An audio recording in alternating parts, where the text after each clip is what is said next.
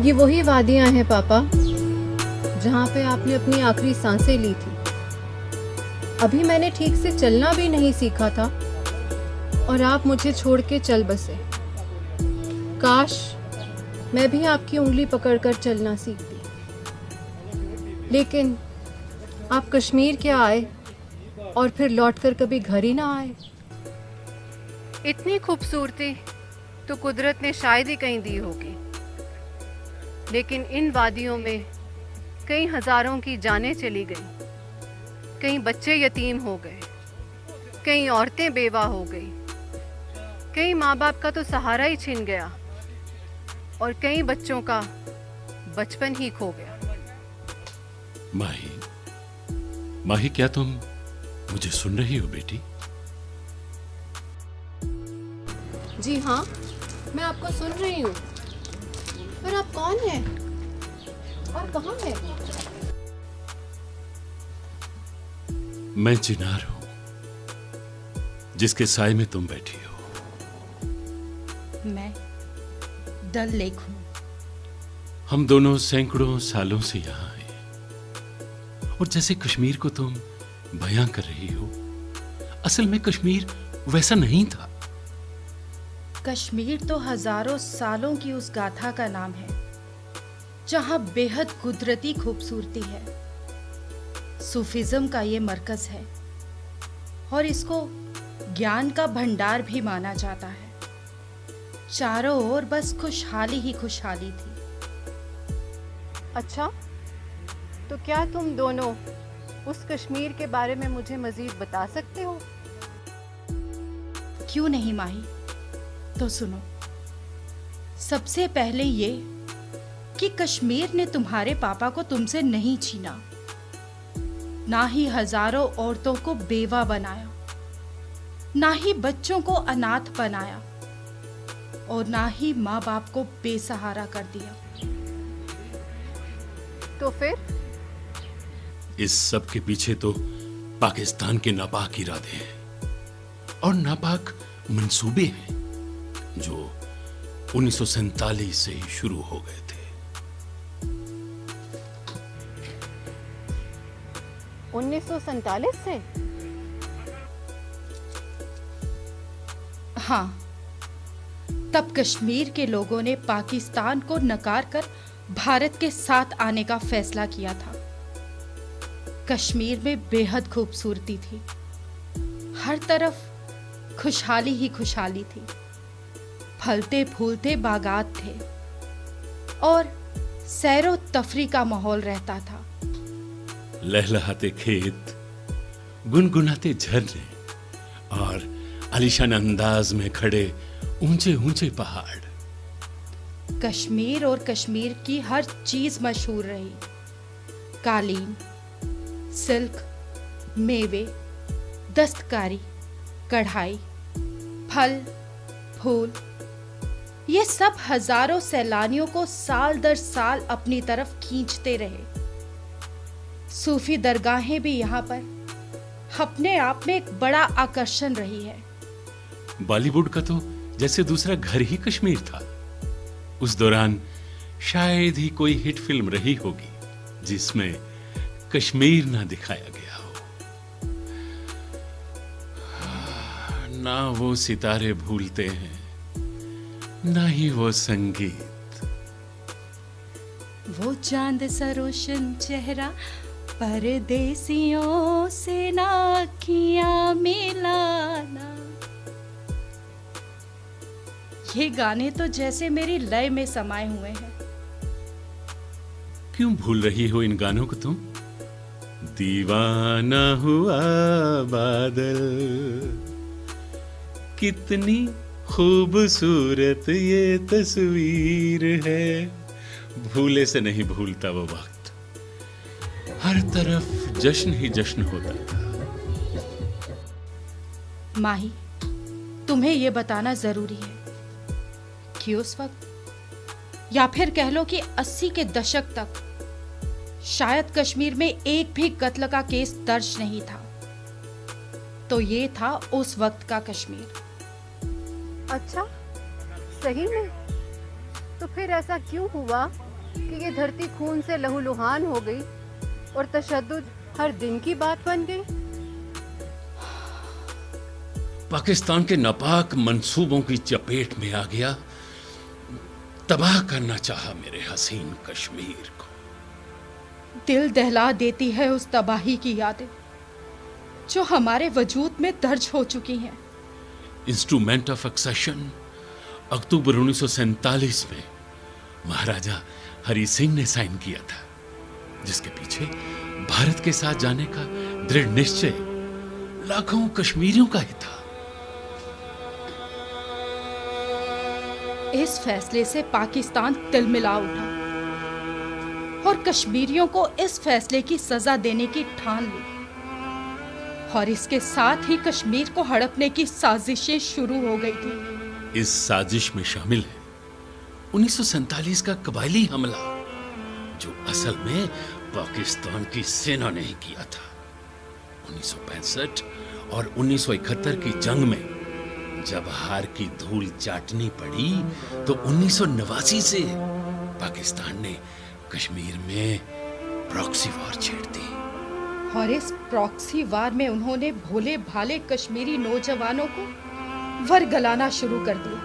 उन्होंने पाकिस्तानी दहशतगर्दों के साथ यहाँ कश्मीर में खून खराबा और कत्लो गारत शुरू करवा दी। हाँ, और इसको जिहाद का नाम दे दिया गया।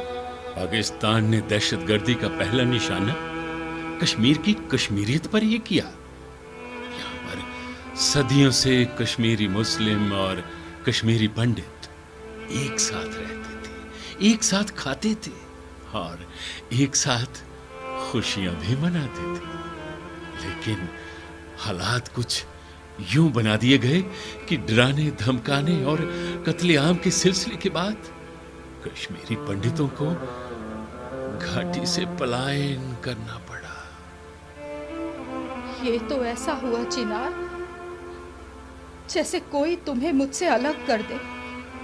ऐसा तो मुझसे सोचा भी नहीं जा सकता था। तो फिर क्या कश्मीरी पंडित कश्मीर की गोद से इन हालात में माइग्रेट हो गए? हाँ, और फिर पाकिस्तान की शह पर यहाँ कश्मीर में इतना खून खराबा हुआ जिसको बयां करना भी मुश्किल है। बच्चे, बूढ़े, औरतें और नौजवान सभी की जिंदगी तहस नहस होकर रह गई। ये देखो कुछ मंजर जो मेरे जहन में अभी भी दर्ज है।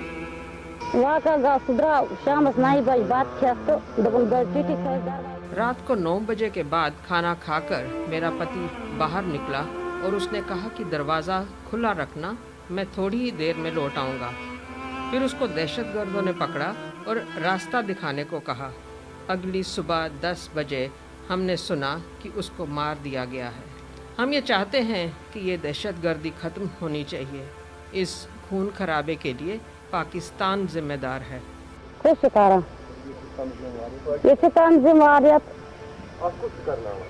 पाकिस्तान ऐसे गया खंडारी मजदूरी करने उठ। मेरा पति मजदूरी करने के लिए बाहर गया। वहाँ पर दहशतगर्दों ने उसे मार दिया। उसके ऊपर गोलियों की बौछार की और उसे 3 गोलियां लगी। वह मर गया। हमें उसकी लाश 3 दिन के बाद मिली।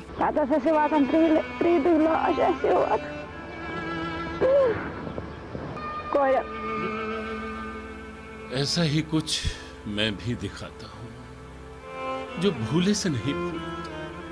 दिल रोता है जब भी इनको याद करते हैं। नजर सब क्या हुआ का दहशत गर्द आय तिम गसान अकि जाय दावतस 3 नफर नीक अब्दुल्ला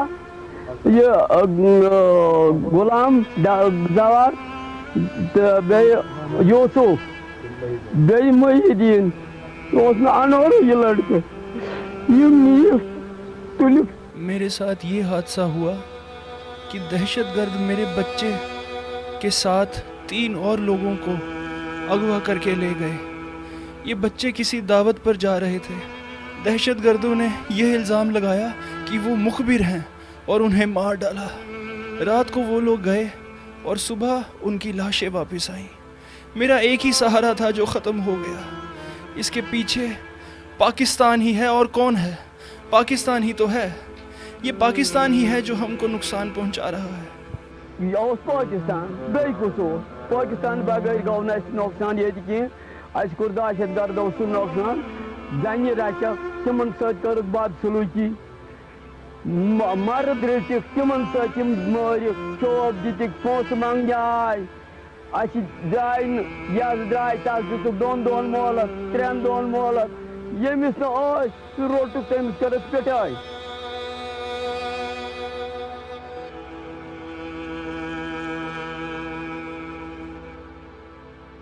आजकल हालात ख़राब मूजूब से पेवान मिस्त्री काम कर। आजकल हालात ख़राब हैं, पढ़ाई छोड़नी पड़ी और अब मैं मिस्त्री का काम करता हूँ। मुझे पढ़ने का शौक़ तो है, लेकिन गुजारे के लिए काम करना पड़ता है। खेलने के लिए वक्त नहीं मिलता। नज काम तली ने मकलानी से गिना कपड़े करके क्या शौक हाँ गुजारा सर किन तमें।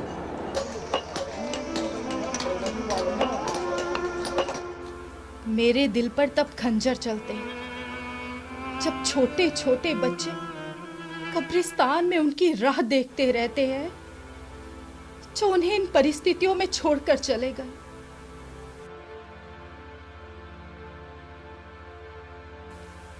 खून खराबा, हड़तालें, दहशतगर्दी के उस वक्त में कश्मीर में कामकाज ठप हो गया।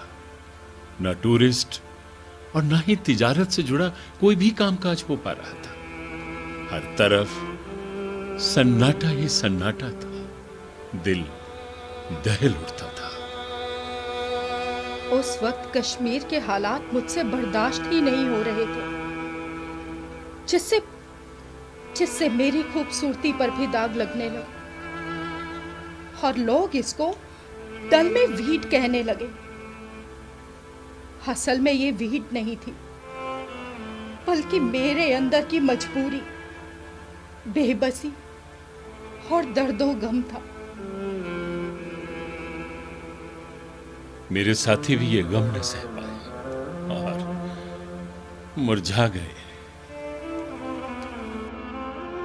तो फिर क्या हुआ? ये सब जब बर्दाश्त से बाहर हो गया तो हर लब पे दुआ आई और खुद से यहाँ के लोगों ने वादा कर लिया कि कश्मीर में खुशहाली वापस लाकर ही रहेंगे। इसने एक अज़्म की शक्ल इख्तियार कर ली। तो फिर अब कौन रोक सकता था? बड़ों के साथ ही नन्हे नन्हे कदम भी चल पड़े कश्मीर का नया और रोशन मुस्तकबिल लिखने। कामयाबी की चोटी पर नजर टिकाए सब लोग यहाँ पर जोश और जज्बे के साथ शांति की बहाली में जुट गए। ये अहद इतना मजबूत है कि अभी कुछ ही वक्त पहले गांदरबल डिस्ट्रिक्ट की एक मजदूर की बेटी परवीना ने 10वीं जमात में कुल 500 नंबरों में से 490 अंक हासिल किए। जी मेरा शौक है, एक डॉक्टर बनना चाहती हूँ मैं। मेडिकल। हर तरफ खुशगवार माहौल को देखकर मुझे बहुत ही सुकून मिलता है। देखो ना, हर तरफ तरक्की है, कामयाबी है, अमनो चैन है और लोग जश्न के रंग में रंगे हैं। और इस पर सोने पर सुहागा रहा हर घर तिरंगा अभियान। बेशक डल, बेशक इस सब का श्रेय कश्मीर की आवाम को जाता है, क्योंकि ये उन्हीं का तो अहद था। कश्मीर में खुशियों के वापस आते ही जरा इधर देखो। मुझे मेरे इंतहा गमों के बोझ से निजात मिल रही है।